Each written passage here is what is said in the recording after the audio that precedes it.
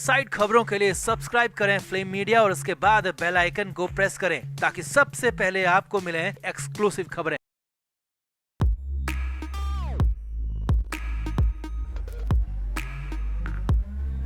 एक वक्त ऐसा था जब संजय राउत जहां हाथ लगाते थे वो सोना बन जाता था, मगर अब तस्वीर बिल्कुल उलट चुकी है, परिस्थितियां पलट चुकी है और हवा भी बिल्कुल विपरीत बह रही है। इसीलिए अब संजय राउत जहां भी हाथ रखते हैं वो चीज सोना नहीं बल्कि राख बन जाती है। जी हाँ, हाल ही में संजय राउत नासिक का दौरा करके लौटे हैं। नासिक में राउत बड़े शान से गए थे और लौटकर भी काफी शेखी बघार रहे थे, मगर संजय राउत के नासिक से पलटते ही वहां पर बहुत बड़ा कांड हो गया। नासिक में बैठे शिवसेना के सबसे विश्वस्तों ने संजय राउत के साथ ही साथ उद्धव ठाकरे को भी बड़ा धोखा दे दिया है, जिसके बाद तो संजय राउत की शामत आ गई है, क्योंकि मातोश्री में लगातार 3 मीटिंग हो चुकी है जिसमें नासिक और संजय राउत दोनों को लेकर अहम फैसला लिया जा सकता है। तो नासिक में ऐसा क्या हो गया जिसके बाद संजय राउत पर उद्धव ठाकरे का हथौड़ा चल सकता है, आपको बताते हैं सब। आप भी वीडियो को शेयर करें और अपनी राय कमेंट बॉक्स में जरूर दें। तो हाल ही में संजय राउत नासिक के दौरे पर थे, क्योंकि राउत नासिक समेत पूरे नॉर्थ महाराष्ट्र के शिवसेना उद्धव बाला साहब ठाकरे पार्टी के संपर्क प्रमुख हैं। इसीलिए राउत के लिए नासिक दौरा बेहद अहम था। माना जा रहा था कि संजय राउत ने अगले चुनाव के लिए नासिक में पूरी सेटिंग कर ली है और अपने वफादार नेताओं को पूरी तरह अपने भरोसे में ले रखा है। मगर संजय राउत के नासिक से पलटते ही बहुत बड़ा खेल हो गया, क्योंकि वहां एकनाथ शिंदे गुट ने बाजी बिल्कुल पलट दी है। नासिक के 11 पुराने और अनुभवी पार्षदों ने ठाकरे गुट को छोड़ दिया है और एकनाथ शिंदे गुट का दामन थाम लिया है। जी हाँ, राउत के सबसे करीबी और विश्वसनीय 11 पूर्व पार्षद नेताओं ने उद्धव ठाकरे की पार्टी को छोड़ दिया है और शिंदे की पार्टी को ज्वाइन कर लिया है। ये सभी पूर्व पार्षद सीएम एकनाथ शिंदे से गुरुवार की रात उनके मुंबई स्थित सीएम आवास वर्षा में मिले थे और शिंदे की पार्टी बाला साहेब बांची शिवसेना में शामिल होने का फैसला ले लिया और आधिकारिक ऐलान भी कर दिया।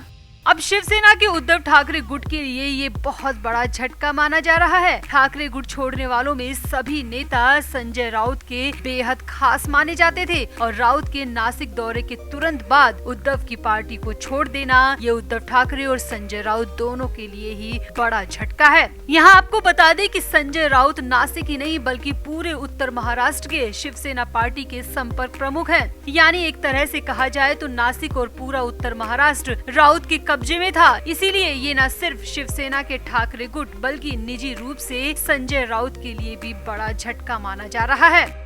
अब वहीं संजय राउत ने नासिक में पुराने पार्षदों और कई कार्यकर्ताओं के शिंदे गुट में चले जाने पर अपनी प्रतिक्रिया दी है और कहा है कि मैं उन सबको अपना समझता था, मेरा उन पर विश्वास था, मगर वो सब दलाल निकले। वे निष्ठा, श्रद्धा, विचारधारा जैसे शब्दों से अनजान हैं। उन्हें तो बस मिलावटी शराब, जुए के अड्डे, कॉन्ट्रैक्टरों से दलाली से लेकर मंत्रालय में आकर अपना काम करवाना है। इसीलिए उन्होंने शिंदे को पसंद किया है। हमारे साथ रहने में तो ईमानदारी रखनी पड़ती है, मगर दलालों को दलाल ही पसंद आते हैं, धोखेबाजों को दगाबाजी रास आते हैं। राउत ने कहा ऐसे लोगों का पार्टी से चले जाना ही बेहतर है। यहाँ आपको बता दें कि शिंदे गुट की बगावत के बावजूद नासिक में ठाकरे गुट अब तक शक्तिशाली था। थोड़े ही दिनों पहले ठाकरे गुट की संजय राउत नासिक दौरे पर थे। इस दौरे के वक्त संजय राउत के कार्यक्रम में कुछ पूर्व पार्षदों की गैरहाजिरी ने सबका ध्यान खींचा था। इसके बाद संजय राउत जैसे ही वहां से लौटे, वहां के 11 पूर्व पार्षदों ने ठाकरे गुट छोड़ दिया। फिलहाल स्थिति ये है कि नासिक महानगर पालिका में शिवसेना के 32 नगर सेवक हैं। इनमें से 11 लोगों ने अब शिंदे गुट का दामन थाम लिया है। वहीं इससे भी बड़ी खबर ये आ रही है कि नए साल के मौके पर उद्धव ठाकरे और संजय राउत को एक और बड़ा झटका लग सकता है, क्योंकि इसी दौरान शिंदे गुट के नेता और मंत्री उदय सामंत ने बयान दिया है कि नए साल में और भी बड़ा धमाका होगा। 10 से 12 शिवसेना के बड़े नेता और विधायक एकनाथ शिंदे और फडणवीस के संपर्क में हैं। उदय सामंत ने कहा कि जिस धमाके की गूंज 5 महीने पहले सुनाई दी थी, वैसी ही गूंज इस बार नासिक से सुनाई देगी। यानी कि एक तरह से कहा जाए तो अब नासिक भी उद्धव ठाकरे और संजय राउत के हाथ से पूरी तरह निकलता जा रहा है और इसकी बड़ी वजह एक बार फिर से संजय राउत का हद से ज्यादा अग्रेसन को माना जा रहा है। वहीं नासिक से मिले झटके के बाद उद्धव ठाकरे भी बुरी तरह बौखलाए हुए हैं और खबर है कि उन्होंने 16 दिसंबर की सुबह से ही कई मीटिंग एक के बाद एक बुला ली।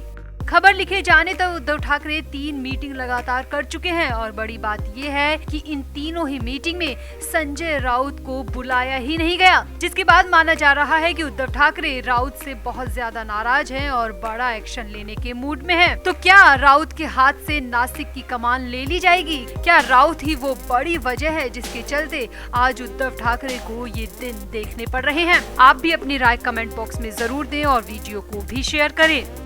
तो बीजेपी नेता किरीट सोमैया को सेव विक्रांत घोटाले मामले में क्लीन चिट मिल चुकी है, जो उनके लिए एक बड़ी राहत मानी जा रही है। हालांकि इस मुद्दे पर सांसद संजय राउत का गुस्सा 7वें आसमान पर है और राउत जल्द ही केंद्र सरकार को पत्र लिखकर ये सवाल पूछेंगे कि आखिर किस आधार पर किरीट सोमैया को क्लीन चिट दी गई।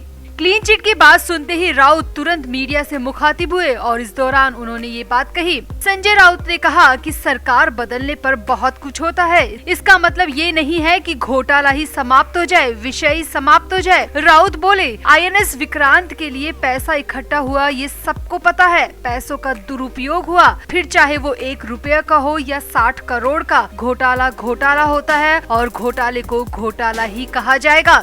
संजय राउत ने कहा, सोमैया की तरफ से ये कहा जाता है कि पैसे राजभवन को भेजे गए, लेकिन राजभवन तक तो पैसे पहुँचे ही नहीं। राउत ने जोर देते हुए कहा कि सोमैया कहते हैं कि जमा किए हुए पैसे राजभवन में भेजे गए, लेकिन राजभवन का कहना है कि 1 रुपया भी उनके पास नहीं आया। इससे बड़ा सबूत और कोर्ट को क्या चाहिए? और इतना बड़ा सबूत होते हुए भी आखिर किस आधार पर सोमैया को क्लीन चिट दे दी गई? इसका जवाब केंद्र सरकार और राज्य सरकार दोनों को देना होगा। गुस्साए संजय राउत ने कहा कि किरीट सोमैया को क्लीन चिट कैसे दी गई, राज्य के गृह मंत्री से भी पूछना चाहिए। सेव विक्रांत देश की अस्मिता का सवाल है, जो फिलहाल ईडी के अख्तियार का विषय है। ठीक है, आज उन्हें क्लीन चिट मिल गई, लेकिन इसका अर्थ ये नहीं है कि साल 2024 में ये मामला फिर से नहीं खुलेगा। कोई भी सरकार हमेशा के लिए नहीं होती और जब सरकार बदलेगी तब इसका भी हिसाब पूरा किया जाएगा। यानी कि यहाँ पर राउत ने सीधे सीधे सोमैया को धमकी दे दी और कहा कि 2024 में अगर उनकी सरकार आई तो इस मामले में सोमैया को कोई नहीं बचा पाएगा। राउत ने आगे कहा, अभी इस विषय पर मैं ज्यादा कुछ नहीं बोलना चाहता, लेकिन मैं केंद्र सरकार को पत्र जरूर लिखूंगा और पूछूंगा कि आखिर वो 57 करोड़ रुपए गए तो गए कहाँ।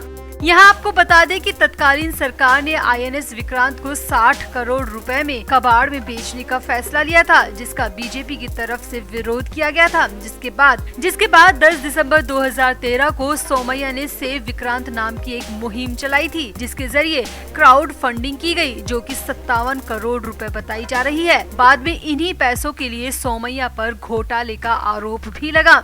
अब ये पूरा मामला क्या है, आप ये भी समझिए। तो किरीट सोमैया और उनके बेटे नील के खिलाफ एक रिटायर्ड फौजी ने धोखाधड़ी की शिकायत दर्ज कराई थी। 53 साल के रिटायर्ड फौजी बबन भोसले की शिकायत पर ट्रॉम्बे पुलिस ने मामले में एक FIR दर्ज की थी। इस मामले में किरीट सोमैया से मुंबई पुलिस की क्राइम ब्रांच ने लंबी पूछताछ की थी और फिर ये मामला ED के पास चला गया।